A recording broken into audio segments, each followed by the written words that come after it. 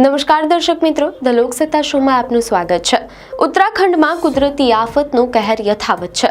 ચોમાસાના ભારે વરસાદ અને વાદળ ફાટવાની ઘટનાઓએ દહેરાદૂન સહિત અનેક વિસ્તારોમાં જનજીવનને અસ્તવ્યસ્ત કરી દીધું છે।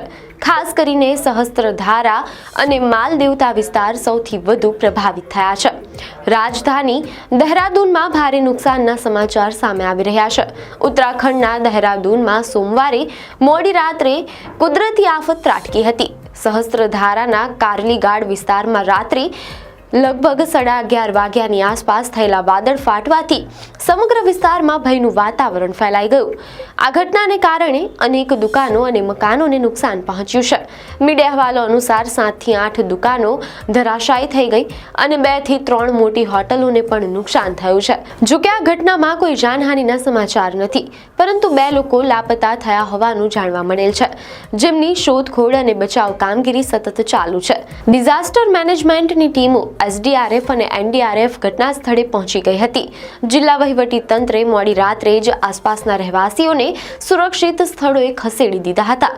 ભારે વરસાદને કારણે સોંગ નદી ગાંડીતુર બની છે, જેના પરિણામે રસ્તાઓ ધોવાઈ ગયા છે અને આસપાસના વિસ્તારોમાં પૂર જેવી સ્થિતિ સર્જાઈ છે।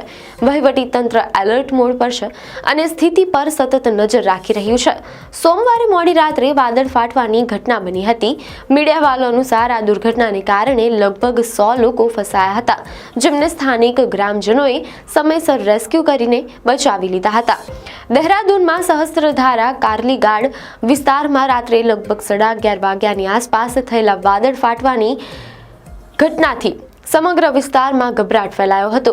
જ્યારે સોંગ નદી ગાંડીતુર બની, નદીનું પાણીનું સ્તર ખૂબ જ વધી ગયું છે, જેના કારણે કિનારાના વિસ્તારોમાં પૂર જેવી સ્થિતિ સર્જાઈ છે। ખાસ કરીને સહસ્ત્રધારા અને માલદેવતા વિસ્તાર સૌથી વધુ પ્રભાવિત થયા હોવાનું કહેવાય છે। નદીના મોજા રસ્તાઓ ધોઈને લઈ ગયા છે।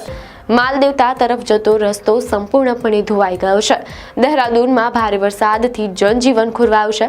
ખાસ કરીને સહસ્ત્રધારા અને માલદેવતા વિસ્તારમાં નુકસાન વધુ છે। સોંગ નદીમાં ઘોડાપુર આવવાથી કિનારાના વિસ્તારોમાં પાણી ફરી વળ્યા છે। જો કે માલદેવતા તરફ જતો મુખ્ય રસ્તો સંપૂર્ણપણે ધોવાઈ ગયો છે, જેના કારણે વાહન વ્યવહાર ખોરવાયો છે। સ્થાનિક લોકો ભારે મુશ્કેલીનો સામનો કરી રહ્યા છે। તંત્ર દ્વારા બચાવ અને રાહત કામગીરી ચાલી રહી છે, જ્યારે NDRF અને SDRFની ટીમો પણ તૈનાત કરવામાં આવી છે।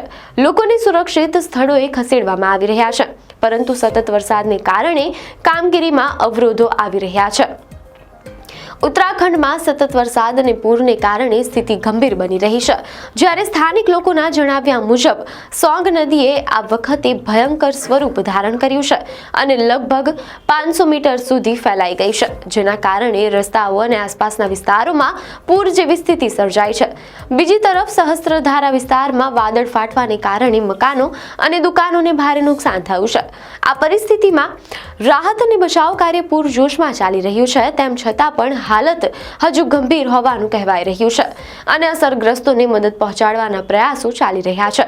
સ્થાનિક વહીવટી તંત્રે લોકોને નદી કિનારે અને નીચાણવાળા વિસ્તારોમાં ન જવાની અપીલ કરી છે। હવામાન વિભાગે પણ આગામી 48 કલાક માટે ભારેથી અતિભારે વરસાદની ચેતવણી જારી કરી છે। વિભાગનું કહેવું છે કે છેલ્લા 10 થી 15 વર્ષોમાં સોંગ નદીનું આટલું વિકરાળ સ્વરૂપ પહેલીવાર જોવા મળ્યું છે। હાલ સતત વરસાદ ચાલુ છે અને ખતરો સતત વધી રહ્યો છે। વહીવટી તંત્ર એલર્ટ મોડ પર છે અને ડિઝાસ્ટર મેનેજમેન્ટની ટીમો અસરગ્રસ્ત વિસ્તારોમાં રાહત કાર્યમાં લાગેલી છે। ભારે વરસાદને કારણે સોમવારે રાત્રે કાર્લીગઢ સહસ્ત્રધારા વિસ્તારમાં વાદળ ફાટવાની ઘટના બની હતી। ઘટનાની જાણ થતાં જ જિલ્લા વહીવટી તંત્રે રાહત અને બચાવ કાર્ય શરૂ કરી દીધું હતું। જિલ્લા વહીવટી તંત્રે આસપાસના રહેવાસીઓને રાત્રે જ સુરક્ષિત સ્થળોએ ખસેડી દીધા હતા। આ દુર્ઘટના બાદ દહેરાદૂન જિલ્લા વહીવટી તંત્ર એલર્ટ મોડ પર છે। આ ઉપરાંત વાદળ ફાટવાની જગ્યાની નજીક રહેતા લોકોને પણ સુરક્ષિત જગ્યાએ ખસેડવામાં કરવામાં આવી રહ્યા છે। મંગળવારે સવારથી જ દહેરાદૂનમાં ગાજવીજ સાથે ભારે વરસાદ શરૂ થયો હતો। આઈટી પાર્ક નજીક મોટા પ્રમાણમાં કાટમાળ ધસી પડવાથી સોંગ નદીનું પાણીનું સ્તર વધુ વધ્યું છે। મીડિયા અહેવાલો અનુસાર મસૂરીમાં પણ ભારે વરસાદને કારણે જનજીવન ખોરવાઈ ગયું છે। મુશળધાર વરસાદને કારણે મસૂરી દહેરાદૂન રોડ પર પાનીવાલા બેન્ડ પાસે ભૂસ્ખલન થયું છે, જેના કારણે માર્ગ બંધ થઈ ગયો છે।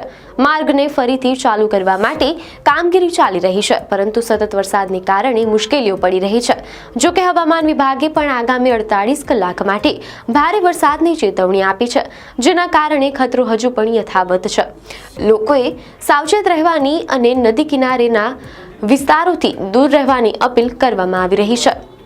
આપને માહિતી સારી લાગી હોય તો વિડીયોને લાઇક અને શેર કરજો, ચેનલને સબસ્ક્રાઇબ કરજો।